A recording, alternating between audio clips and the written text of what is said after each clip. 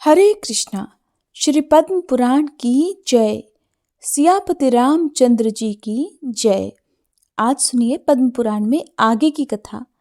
श्री राम जी बोले, विप्रवर, इक्ष्वाकु वंश में उत्पन्न हुए किसी पुरुष के मुख से कभी ब्राह्मणों ने कटु वचन तक नहीं सुना था, किंतु मैंने उनकी हत्या कर डाली। वर्ण और आश्रम के भेद से भिन्न भिन्न धर्मों के मूल हैं। वेद और वेदों के मूल हैं ब्राह्मण। ब्राह्मण वंश ही वेदों की संपूर्ण शाखाओं को धारण करने वाला एकमात्र वृक्ष है।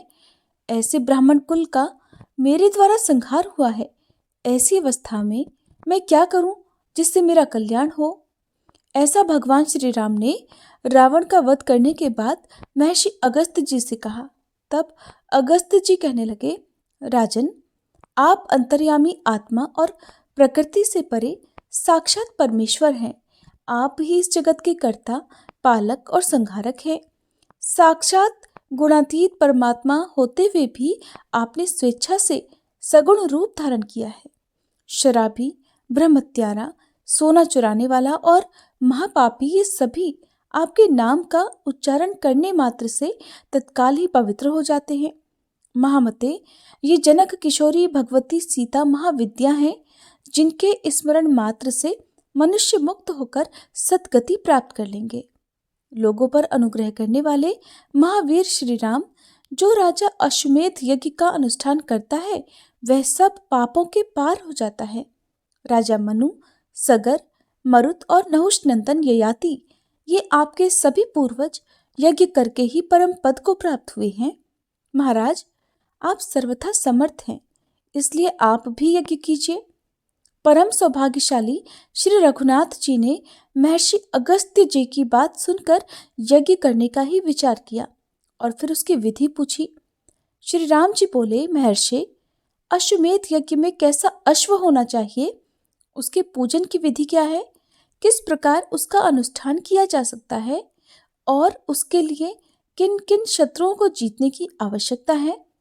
अगस्त्य जी ने कहा, जिसका रंग गंगा जल के समान उज्जवल और शरीर सुंदर हो, जिसका कान श्याम, मुंह लाल और पूंछ पीले रंग की हो तथा जो देखने में भी अच्छा लगे, वह उत्तम लक्षणों से लक्षित अश्व ही अश्वमेध यज्ञ में ग्राह्य बताया गया है।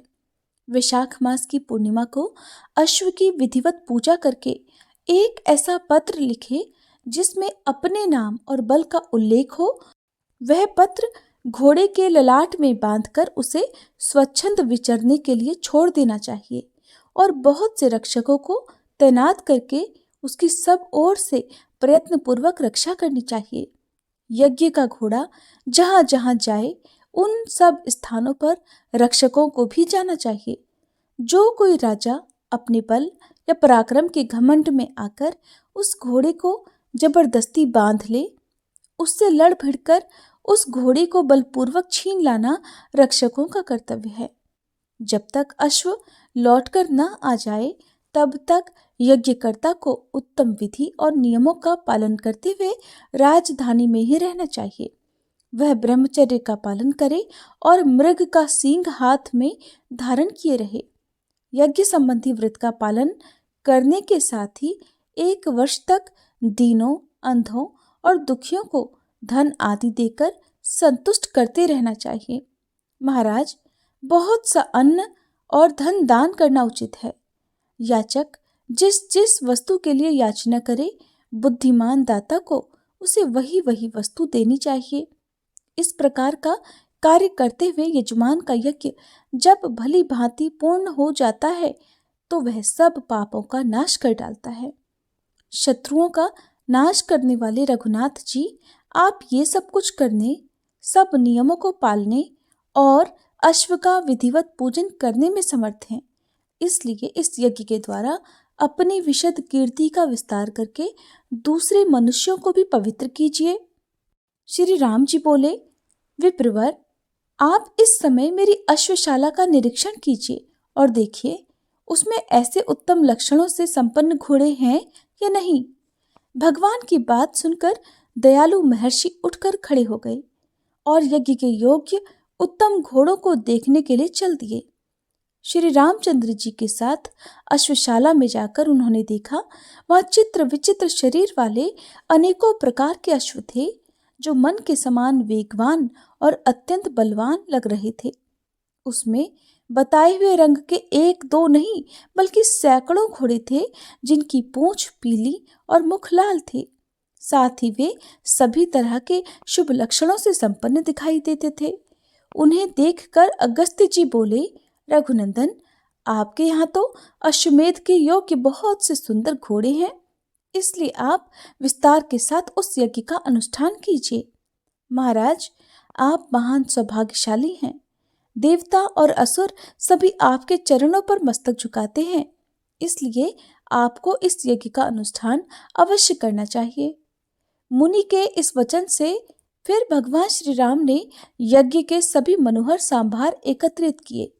इसके बाद महाराज श्री राम मुनियों के साथ सरयू तट पर आए और सोने के हलों से 4 योजन लंबी चौड़ी बहुत बड़ी भूमि को जोता। इसके बाद उन पुरुषोत्तम ने यज्ञ के लिए अनेकों मंडप बनवाए और योनि और मेखला से युक्त कुंड का विधिवत निर्माण करके उसे अनेकों रत्नों से सुसज्जित और सब प्रकार की शोभा से संपन्न बनाया। महान तपस्वी और परम सौभाग्यशाली मुनिवर वशिष्ठ ने सब कार्य वेद शास्त्र की विधि के अनुसार संपन्न कराया। उन्होंने अपने शिष्यों को महर्षियों के आश्रमों पर भेजकर कहलाया कि श्री रघुनाथ जी अश्वमेध यज्ञ का अनुष्ठान करने के लिए उद्यत हुए हैं, इसलिए आप सब लोग उसमें अवश्य पधारें। इस प्रकार आमंत्रित होकर वे सभी तपस्वी महर्षि भगवान श्री राम के दर्शन के लिए अत्यंत उत्सुक होकर वहां आए। नारद, असित, पर्वत, कपिल मुनि, जातुकर्ण्य, अंगिरा, आर्ष्टिशेन, अत्रि, गौतम, हरित, याज्ञवल्क्य और संवर्त आदि महात्मा भी भगवान श्री राम के अश्वमेध यज्ञ में आए। श्री रघुनाथ जी ने बड़े आनंद के साथ उठकर उन सब का स्वागत किया और उन्हें प्रणाम करके अर्घ्य और आसन आदि देकर उन सब की विधिवत पूजा की। फिर गौ और सुवर्ण निवेदन करके वे बोले, महर्षियों, मेरे बड़े भाग्य हैं जो आपके दर्शन हुए। शेष जी कहने लगे, ब्राह्मण, जब इस प्रकार वहां बड़े बड़े ऋषियों का समुदाय एकत्रित हुआ तो उनमें वर्ण और आश्रम के अनुकूल धर्म विषयक चर्चा होने लगी। वात्सायन जी ने पूछा, भगवन, वहां धर्म के संबंध में क्या क्या बातें हुई? कौन सी अद्भुत बात बताई गई? उन महात्माओं ने सब लोगों पर दया करके किस विषय का वर्णन किया? शेष जी ने कहा, मुने, महापुरुषों में श्रेष्ठ दशरथ नंदन भगवान श्री राम ने सब मुनियों को एकत्रित देखकर उनसे समस्त वर्णों और आश्रमों के धर्म पूछे। श्री रघुनाथ जी के पूछने पर जिन जिन महान गुणकारी धर्मों का वर्णन किया गया उन सबको मैं विधि पूर्वक बताऊंगा, आप ध्यान देकर सुने। ऋषि बोले, ब्राह्मण को सदा यज्ञ करना और वेद पढ़ाना आदि कार्य करने चाहिए। वह ब्रह्मचर्य आश्रम में वेदों का अध्ययन पूर्ण करके इच्छा हो तो विरक्त हो जाए और अगर ऐसी इच्छा न हो तो गृहस्थ आश्रम में प्रवेश करे। नीच पुरुषों की सेवा से जीविका चलाना ब्राह्मण के लिए सदा त्याज्य है। वो ऐसी आपत्ति में पड़ने पर भी कभी सेवा वृत्ति से अपना जीवन निर्वाह न करे। संतान प्राप्ति की इच्छा से ऋतुकाल में अपनी पत्नी के साथ समागम करना उचित माना गया है। दिन में स्त्री के साथ संपर्क करना पुरुषों की आयु को नष्ट करने वाला है। श्राद्ध का दिन और सभी पर्व स्त्री समागम के लिए निषिद्ध हैं, इसलिए बुद्धिमान पुरुषों को इनका त्याग करना चाहिए। थोड़ी सी भी कीमत लेकर अपनी कन्या को बेचने वाला पुरुष पापी माना गया है। ब्राह्मण के लिए व्यापार, राजा की सेवा, वेदाध्ययन का त्याग, निंदित विवाह और नित्य कर्म का लोप ये दोष कुल को नीचे गिराने वाले हैं। गृहस्थ को उचित है कि वह बलि वैश्वदेव कर्म के द्वारा देवताओं, पितरों और मनुष्यों को उनका भाग देकर शेष अन्न का भोजन करे। वही उसके लिए अमृत है। जो केवल अपना पेट भरने वाला है, जो अपने लिए ही भोजन बनाता और खाता है, वो पाप का ही भोजन करता है। तेल में षष्ठी और अष्टमी तिथि को तथा मांस में सदा ही पाप का निवास माना जाता है। एक वस्त्र पहनकर तथा चटाई के आसन पर बैठकर भोजन करना निषिद्ध होता है। अपने में तेज की इच्छा रखने वाले श्रेष्ठ पुरुष को भोजन करती हुई स्त्री की ओर नहीं देखना चाहिए। मुंह से आग को न फूंके, नग्न स्त्री की ओर दृष्टि न डाले, बछड़े को दूध पिलाती हुई गाय को न छेड़े, दूसरे को इंद्रधनुष न दिखाए। रात में दही खाना सर्वथा निषिद्ध है। आग में अपने पैर न सेके और उसमें कोई अपवित्र वस्तु न डाले। किसी भी जीव की हिंसा और दोनों संध्याओं के समय भोजन न करे। रात को खूब पेट भर के भोजन करना उचित नहीं है। कांसे के बर्तन में पैर धुलाना निषिद्ध है। दूसरों के पहने हुए कपड़े और जूते न धारण करे। फूटे अथवा दूसरे के जूठे किए हुए बर्तन में भोजन न करे। भीगे पैर न सोए। हाथ और मुंह के जूठे रहते हुए कहीं न जाए। सोते सोते न खाए। दूसरों के गुप्त भेद न खोले। इस प्रकार गृहस्थ धर्म का समय पूरा करके वानप्रस्थ आश्रम में प्रवेश करे। उस समय इच्छा हो तो वैराग्य पूर्वक स्त्री के साथ रहे अथवा स्त्री को साथ न रखकर उसे पुत्रों के अधीन सौंप दे। वानप्रस्थ धर्म का पूर्ण पालन करने के बाद विरक्त हो जाए और संन्यास ले ले। वात्सायन जी, उस समय महर्षियों ने उपर्युक्त प्रकार से अनेकों धर्मों का वर्णन किया और संपूर्ण जगत के महान हितैषी भगवान श्री राम ने उन सबको ध्यान पूर्वक सुना। शेष जी कहते हैं, मुने इस प्रकार भगवान श्री राम ऋषियों के मुख से कुछ समय तक धर्म की व्याख्या सुनते रहे। इतने में वसंत ऋतु आ गई, जबकि महापुरुषों के यज्ञ आदि शुभ कर्मों का प्रारंभ होता है। वह समय आया देख बुद्धिमान महर्षि वशिष्ठ ने संपूर्ण जगत के सम्राट श्री राम जी से इस प्रकार कहा, महाबाहु रघुनाथ जी, अब आपके लिए वो समय आ गया है कि जब यज्ञ के लिए निश्चित किए हुए अश्व की भली भांति पूजा करके उसे पृथ्वी पर भ्रमण करने के लिए छोड़ा जाए। इसके लिए सामग्री एकत्रित हो, अच्छे अच्छे ब्राह्मण बुलाए जाएं और स्वयं आप ही उन ब्राह्मणों की यथोचित पूजा करें। दीनों, नेत्रहीनों और दुखियों का विधिवत सत्कार करके उन्हें रहने को स्थान दें और उनके मन में जिस वस्तु के भी पाने की इच्छा हो वही उन्हें दान करें। आप सुवर्णमयी सीता जी के साथ यज्ञ की दीक्षा लेकर उसके नियमों का पालन करें। पृथ्वी पर सोएं, ब्रह्मचारी रहें और धन संबंधी भोगों का परित्याग करें। आपके कटिभाग में मेखला सुशोभित हो। आप हिरण का सींग, मृग चर्म और दंड धारण करें और सब प्रकार के सामान और द्रव्य एकत्रित करके यज्ञ आरंभ करें। महर्षि वशिष्ठ के ये उत्तम और यथार्थ वचन सुनकर परम बुद्धिमान श्री राम जी ने लक्ष्मण जी से इस प्रकार कहा कि लक्ष्मण, मेरी बात सुनो और तुरंत उसका पालन करो। जाओ, प्रयत्न करके अश्वमेध यज्ञ के लिए उपयोगी अश्व लेकर आओ।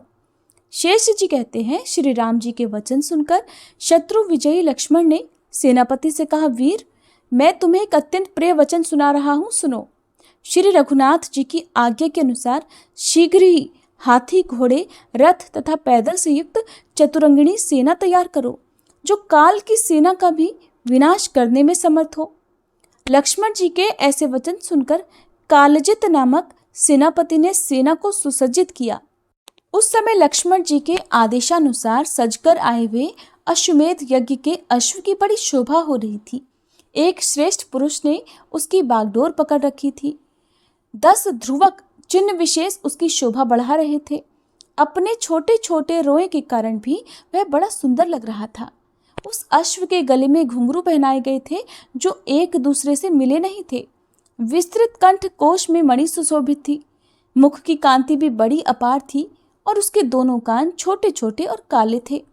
घास के ग्रास से उसका मुंह बड़ा सुहावना लग रहा था। चमकीले रत्नों से उसको सजाया गया था। इस प्रकार सज धज कर मोतियों की मालाओं से सुशोभित होकर वह अश्व बाहर निकला। उसके ऊपर श्वेत छत्र तना हुआ था। दोनों ओर से 2 सफेद चंवर उसकी शोभा बढ़ा रहे थे। सारांश ये कि उस अश्व का सारा शरीर ही नाना प्रकार के शोभा साधनों से संपन्न था। जिस प्रकार देवता लोग सेवा के योग्य श्री हरि की सब ओर से सेवा करते हैं, उसी प्रकार बहुत से सैनिक उस घोड़े के आगे पीछे और बीच में रहकर उसकी रक्षा कर रहे थे। इसके बाद सेनापति कालजित ने अपनी विशाल सेना को कूच करने की आज्ञा दी। आज्ञा पाकर जन समुदाय से भरी हुई वह विशाल वाहिनी छत्रों से सूर्य को ओट में करके अपनी छावनी से निकल गई। उस सेना के सभी श्रेष्ठ वीर श्री रघुनाथ जी के यज्ञ के लिए सुसज्जित होकर गरजते और युद्ध के लिए उत्साह प्रकट करते हुए बड़े हर्ष में भरकर चलने लगे। सभी सैनिक हाथों में धनुष, पाश और खड्ग धारण किए सैनिक शिक्षा के अनुसार स्फुट गति से चलते हुए बड़ी तेजी के साथ भगवान श्री राम के पास उपस्थित हो गए। वह घोड़ा भी आकाश में उछलता और पृथ्वी को अपनी टाप से खोदता हुआ धीरे धीरे यज्ञ चिन्ह से युक्त मंडप के पास पहुंच गया। घोड़े को आया देख श्री राम जी ने महर्षि वशिष्ठ को समयोचित कार्य करने के लिए प्रेरित किया। महर्षि वशिष्ठ ने श्री राम जी को सुवर्णमयी पत्नी के साथ अर्थात सीता जी के साथ बुलाकर अनुष्ठान आरंभ कराया। उस यज्ञ में वेद शास्त्रों का विवेचन करने वाले बुद्धिमान महर्षि वशिष्ठ, जो श्री रघुनाथ जी के वंश के आदि गुरु थे, आचार्य हुए। तपोनिधि अगस्त जी ने ब्रह्मा का कार्य संभाला। वाल्मीकि मुनि अध्वर्यु बनाए गए और कण्व द्वारपाल। उस यज्ञ मंडप के 8 द्वार थे, जो तोरण आदि से सुसज्जित होने के कारण बड़े सुंदर लग रहे थे। वात्सायन जी, उनमें से प्रत्येक द्वार पर 2-2 मंत्रवेत्ता ब्राह्मण बिठाए गए थे। पूर्व द्वार पर मुनिश्रेष्ठ देवल और असित थे। दक्षिण द्वार पर तपस्या के भंडार महात्मा कश्यप और अत्रि मुनि विराजमान थे। पश्चिम द्वार पर श्रेष्ठ महर्षि जातुकर्ण्य और जाजली की उपस्थिति थी और उत्तर द्वार पर द्वित और एकत नाम के 2 तपस्वी मुनि विराज रहे थे। ब्राह्मण इस प्रकार द्वार की विधि पूर्ण करके महर्षि वशिष्ठ ने उस यज्ञ संबंधी श्रेष्ठ अश्व का विधिवत पूजन किया। फिर सुंदर वस्त्र और आभूषणों से सुशोभित सुवासिनी स्त्रियों ने वहां आकर हल्दी, अक्षत और चंदन आदि के द्वारा उस पूजित अश्व का फिर से पूजन किया और अगरू का धूप देकर उसकी आरती उतारी। इस प्रकार पूजा करने के बाद महर्षि वशिष्ठ ने अश्व के उज्ज्वल ललाट पर, जो चंदन से चर्चित कुमकुम आदि गंधों से युक्त और सब प्रकार की शोभाओं से संपन्न था, एक चमचमाता हुआ पत्र बांध दिया, जो तपाए हुए सोने का बना था। उस पत्र पर महर्षि ने दशरथ नंदन श्री रघुनाथ जी के बढ़े हुए बल और प्रताप का इस प्रकार उल्लेख किया कि सूर्यवंश की पताका फहराने वाले महाराज दशरथ बहुत बड़े धनुर्धर हो गए हैं। वे धनुष की दीक्षा देने वाले गुरुओं के भी गुरु थे। उन्हीं के पुत्र महाभाग श्री रामचंद्र जी इस समय रघुवंश के स्वामी हैं। वे सब सूरमाओं के शिरोमणि और बड़े बड़े वीरों के बल संबंधी अभिमान को चूर्ण करने वाले हैं।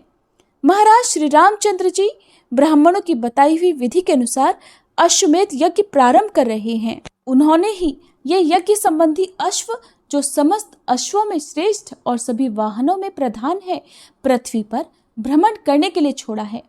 श्री राम के ही भाई शत्रुघ्न, जिन्होंने लवणासुर का विनाश किया है, इस अश्व के रक्षक हैं। उनके साथ हाथी, घोड़े और पैदलों की विशाल सेना भी है। जिन राजाओं को अपने बल के घमंड में आकर ऐसा अभिमान होता हो कि हम लोग ही सबसे बढ़कर शूर, धनुर्धर और प्रचंड बलवान हैं, वे ही रत्न की मालाओं से विभूषित इस यज्ञ संबंधी अश्व को पकड़ने का साहस करें। वीर शत्रुघ्न उनके हाथ से इस अश्व को हठात छुड़ा लेंगे। इस प्रकार श्री रामचंद्र जी की भुजाओं के पराक्रम से शोभा पाने वाले उनके प्रखर प्रताप का परिचय देते हुए महर्षि वशिष्ठ जी ने उस पत्र में और भी अनेकों बातें लिखी। इसके बाद अश्व को, जो शोभा का भंडार और वायु के समान बल और वेग से युक्त था, छोड़ दिया। उसकी भूलोक तथा पाताल लोक में समान रूप से तीव्र गति थी। इसके बाद शस्त्रधारियों में श्रेष्ठ श्री राम जी ने शत्रुघ्न को आज्ञा दी, सुमित्रा नंदन, ये अश्व अपनी इच्छा के अनुसार विचरने वाला है। तुम इसकी रक्षा के लिए पीछे पीछे जाओ। जो योद्धा संग्राम में तुम्हारा सामना करने के लिए आए, उन्हीं को तुम अपने पराक्रम से रोकना। इस विशाल भूमंडल में विचरते हुए अश्व की तुम अपने वीरोचित गुणों से रक्षा करना। जो सोए हों, गिर गए हों, जिनके वस्त्र खुल गए हों, और जो अत्यंत भयभीत होकर चरणों में पड़ गए हों उनको मत मारना। साथ ही जो अपने पराक्रम की झूठी प्रशंसा नहीं करते उन पुण्यात्माओं पर भी हाथ मत उठाना। शत्रुघ्न, अगर तुम रथ पर रहो और तुम्हारे विपक्षी रथहीन हो जाएं तो उन्हें मत मारना। यदि पुण्य चाहो तो जो शरणागत होकर कहें कि हम आप ही के हैं, उनका भी तुम्हें वध नहीं करना चाहिए। शत्रुघ्न, जो योद्धा उन्मत्त, मतवाले, सोए हुए, भागे हुए, भय से व्याकुल हुए और मैं आपका ही हूं ऐसा कहने वाले मनुष्य को मारता है, वह नीच गति को प्राप्त होता है। कभी पराये धन और पराई स्त्री की ओर चित्त मत ले जाना, नीचों का संग न करना, सभी अच्छे गुणों को अपनाए रहना, बड़े बूढ़ों के ऊपर पहले प्रहार न करना, पूजनीय पुरुषों की पूजा का उल्लंघन ना हो इसके लिए सचेष्ट रहना और कभी दया भाव का त्याग मत करना। गौ, ब्राह्मण और धर्मपरायण वैष्णव को नमस्कार करना। इन्हें मस्तक झुकाकर मनुष्य जहाँ कहीं भी जाता है वहीं उसे सफलता प्राप्त होती है। महाबाहो, भगवान श्री विष्णु सबके ईश्वर, साक्षी और सर्वत्र व्यापक स्वरूप धारण करने वाले हैं। जो उनके भक्त हैं वे भी उन्हीं के रूप में सर्वत्र विचरते हैं। जो लोग संपूर्ण भूतों के हृदय में स्थित रहने वाले महाविष्णु का स्मरण करते हैं उन्हें साक्षात महाविष्णु के समान ही मानना चाहिए।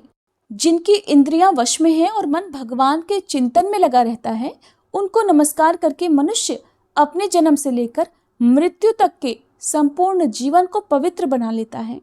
पराई स्त्रियों को तलवार की धार समझकर अगर तुम उनका परित्याग करोगे तो संसार में तुम्हें सुयश से सुशोभित ऐश्वर्य की प्राप्ति होगी।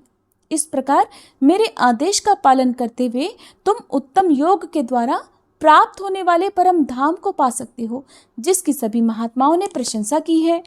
इसके बाद शत्रुघ्न किस प्रकार उस अश्व को लेकर गए और मार्ग में उनके साथ जो कुछ भी हुआ उसका विस्तार पूर्वक वर्णन आप सभी अगले अध्याय में जरूर सुनिएगा। अगर आज का ये अध्याय आपको अच्छा लगा हो तो प्लीज़ वीडियो को हर बार की तरह लाइक करके आज भी कमेंट करके मुझे जरूर बताइएगा।